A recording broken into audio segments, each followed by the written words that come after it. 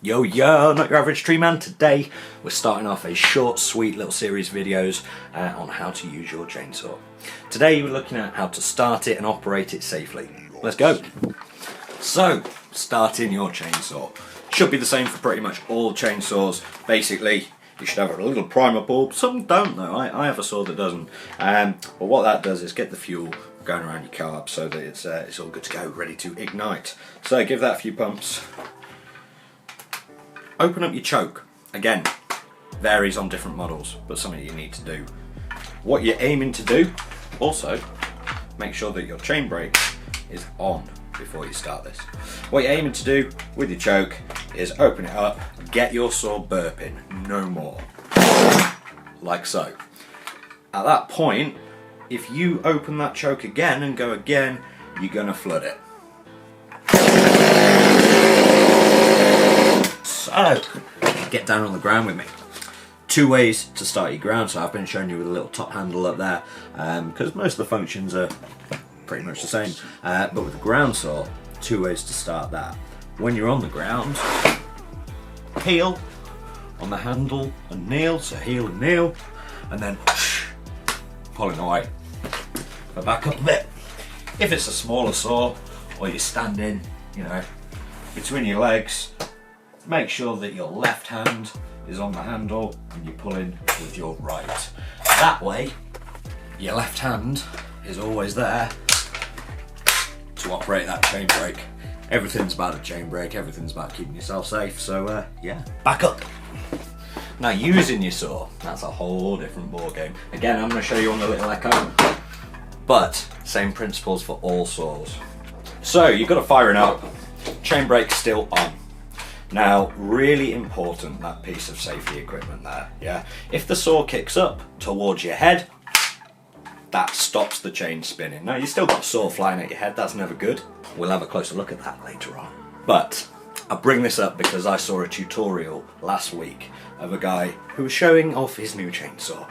And what he did, he grabbed his chainsaw, pulled back his chain brake, and then proceeded to pull his chainsaw, let it rip, holding the chain brake back.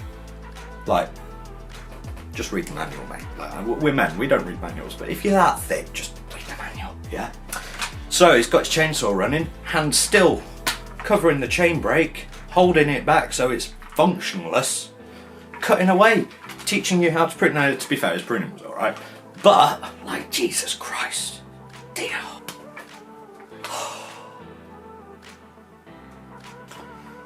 What can I say? Don't do it. So now, I'm going to take you through step by step how to check your chainsaw is safe to use before you start going chopping limbs off of yourself.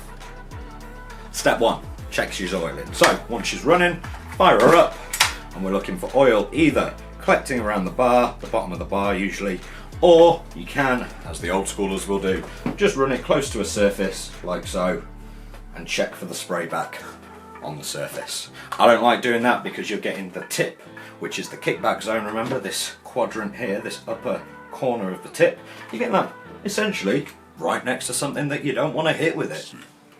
So yeah, you can normally see when oil starts coming out and collecting around the bar. Chain tension. Now this one is a little bit loose to my eye, so if I ran this up, which I'm going to in a moment, I reckon this might be spinning when the brake's off, just on tick over. And in that case, you'd want to tighten it up, just nip it up just a little bit. Make sure you can turn it on and off. And again, the single most important one.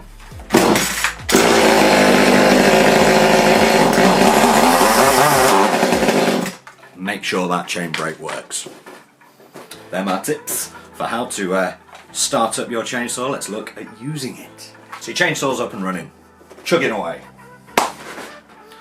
Two differences in these chainsaws. This is kind of old school, doesn't have any electronics in it, no auto-tuning capability. So I'll just leave this running away for a little bit, warming up. A lot of the Still and Husky models have electronics that kind of auto-tune to the air quality, the air temperature, the fuel quality, all that clever stuff. And for those, let it warm up for a little bit, but then before you start cutting, you want to give it a real hard kind of run in, yeah? And that just gives the electronics, the computer chip, the opportunity to figure out what conditions it's running in, and then you'll get the fastest, most torque-filled, power-hungry cuts you've ever seen. The number one tip that I was taught is ergonomics. Make sure that when you're lugging around a big saw, tiny bar on this big saw, but hey, brilliant for felling. When you're lugging around a big saw, you want your arms to be straight, generally. That way, you're using, and again, this will come from my climbing instruction background, you're using the structure of your body. So your tendon structure, your skeletal structure to hold that weight. The second that you bend your arm, you're using your muscles, yeah? And that's gonna get you tired. It's very cold in here. I'm not out of breath, like yet, but you know. If I was using this all day, like this, then I would be. Yeah, the same goes for when you're cutting on the floor as well. If you can get down onto your knee, it's going to be a lot easier on your body. If you're bending your back all the time to cut on the floor, it's not. The same with ergonomics is how much pressure and how to use the dogs or the spelling bikes. How to use the dogs. The dogs. Do you like dogs? How to use the dogs of your saw, the felling spikes, these teeth on the front, okay? And what you can do, once you've started your cut, it'll pull the saw in, these spikes will get stuck in the bark, and you can torque your saw in to put as much power as you need into the cut, without having to force it through with your own muscles. Problem with this, it's very, very easy to kind of overload the saw and bog down and jam up, especially when you've got big boy spikes for a small saw. What you're aiming to do is find the best kind of equilibrium between the speed of the cut and how much pressure you're putting on. And the more you use your saw, the more in touch with that you'll become. And yeah, it'll just be natural. You just dig straight in, torque it up to its kind of perfect cutting pressure, and away you go. Cuts for days! Back to the big saw for my single biggest tip when using a chainsaw. This applies for maybe 99% of how I use a saw, and probably how you use it too. So if you're cross-cutting, standard orientation, yeah, felling, basically anytime you're using this pulling bar and the chain brake can do its job. What you want to do is make sure that you can see the inside of this bar. The tendency for everyone that I've ever seen use a chainsaw is to look above the cut and see exactly where you're cutting. Yeah, accuracy's good, accuracy's safe, right? But if you're looking down at the cut and this saw kicks back, it's coming straight for your eye line, okay? So, if you've got the saw slightly to the side of you, I generally like my saw kind of rested just above my hips like so. And then I'll use my legs to change my orientation, with a small bar anyway. Lewis, while we're here, looking at flashback, ergonomics. Lewis has a 22-inch bar, I believe, on his, which is the exact distance that he can have his arm locked out at his side. I'm showing you in front of me, this is hard, but locked out down his side, and he can just go like so, torque it up, and it just about sweeps the floor. So he knows that he can keep that arm locked out, cross-cut on the floor, like so, using his legs if he needs to go up and down, without ever having to use the muscles in his arms, okay? Just a little bit of wrist action. Yeah, brilliant little energy, efficiency, ergonomics-y tip there from my mate Lewis. Anyway, back on track. Look at this side of the bar. If you're looking over it, you're dead, okay?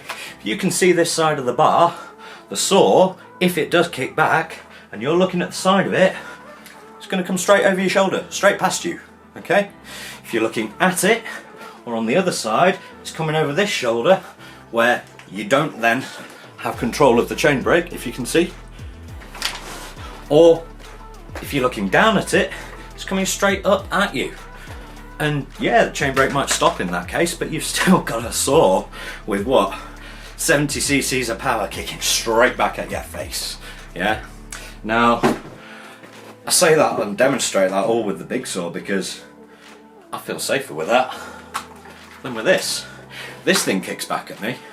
I've got very little time for the weight of the saw to kind of slow it down. You know, it's very light, it's very nippy, it's very easy to get a kickback, and if you're not used to holding a saw in the right position, that kickback could have been straight into my face. Yeah? Yeah. Best tip I was ever taught. Yeah, I should probably tag Park Hill Training in here, and Ant in particular. And Joel, Phil, like, it ought to be fair, all of them there are brilliant. But yeah, that little tip came from Ant, and I wouldn't say I've had to use it, I wouldn't say it saved me, but it's confidence inspiring. Very confidence inspiring to know that my technique is keeping me safe. Yeah, let's just hope I can apply that to all aspects of this trade. See you around in the next one.